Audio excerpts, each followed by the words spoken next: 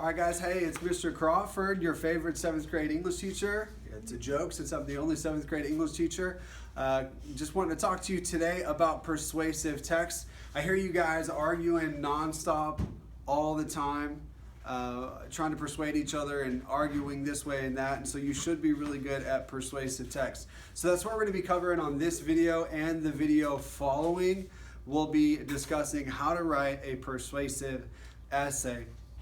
First off, I just want to also ask how you guys have been doing during this break of this COVID-19 craziness. I miss you all. I know that you miss Mr. Crawford. I know you miss school and all of the higher learning that you get. Yeah, you probably don't. Although some of you probably do. I'm sad because the next time I see you, you'll be in 8th grade, and we didn't really get to close out the year together. We got unfinished business. But regardless, if this is the way we got to do it, then this is the way we got to do it. So, as I stated earlier, we're going to do persuasive text. So let me go ahead and tell you first off the TEK that we're going to be covering. The TEK that we're covering here is 7.11c, and that's to compose multi-paragraph persuasive text, okay? So I'm going to lay out exactly what a persuasive essay is, what it looks like. I'm going to also tell you kind of what we're looking for as teachers with persuasive text. And then we're going to go over how to build one, like how I would do it if I were going to write one myself. I'm going to show you all of the things that are needed inside of that. And then we'll go ahead and do the brainstorming on creating a persuasive essay based off of a prompt that I'm going to give you. So, right off the bat, let's go ahead and start. The things that I'm looking for on an essay, the first thing, if I'm looking for an essay overall, what am I looking for? First thing I'm looking for a clear thesis statement. Trash. A clear thesis statement, okay? Remember, this is the number one most important line in your entire essay. This tells the reader how you feel. This is going to be even more important in a persuasive argument because it gives the stance of that word that's going to support our entire essay. It's going to support our entire argument. You have to tell the reader how you feel. So the next thing, we worked on this quite a bit on our expository essays, but we want to have ideas or examples that are thoughtful and well planned out. So,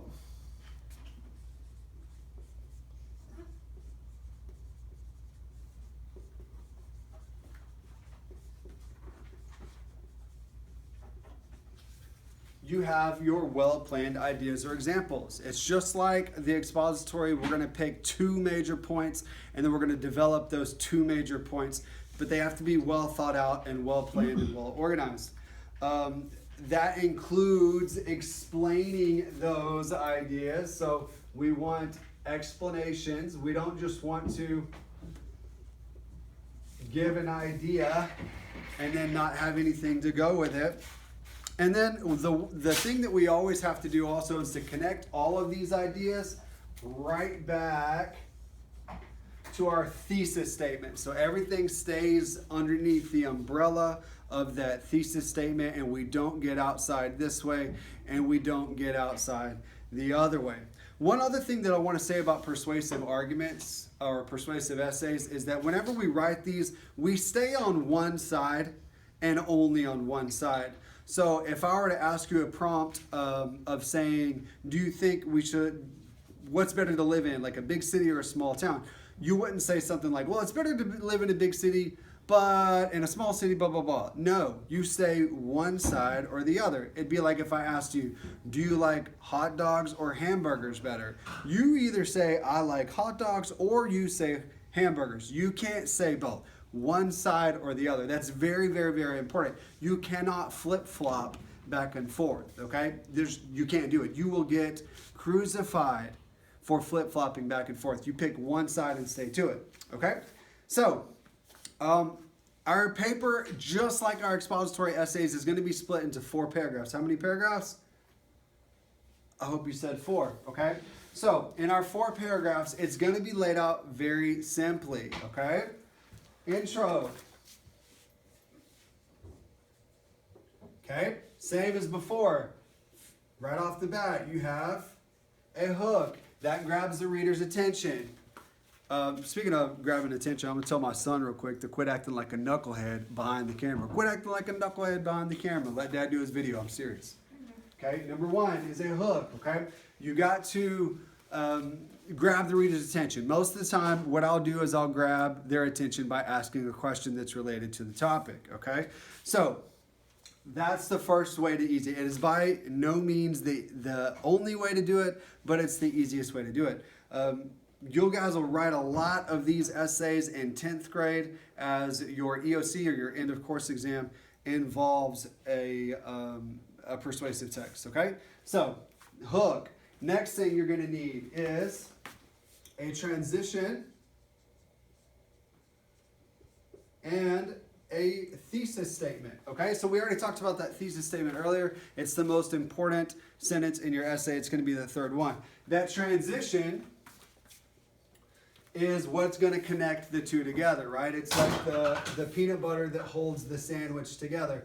So this sentence is going to connect the two, the hook to the transition, okay? So your intro is only going to be 3 sentences. If you get more than that, possibly 4, but we do not want to go more than that, okay? So that's our intro. And next, we're going to have 2 body paragraphs, okay? So body 1,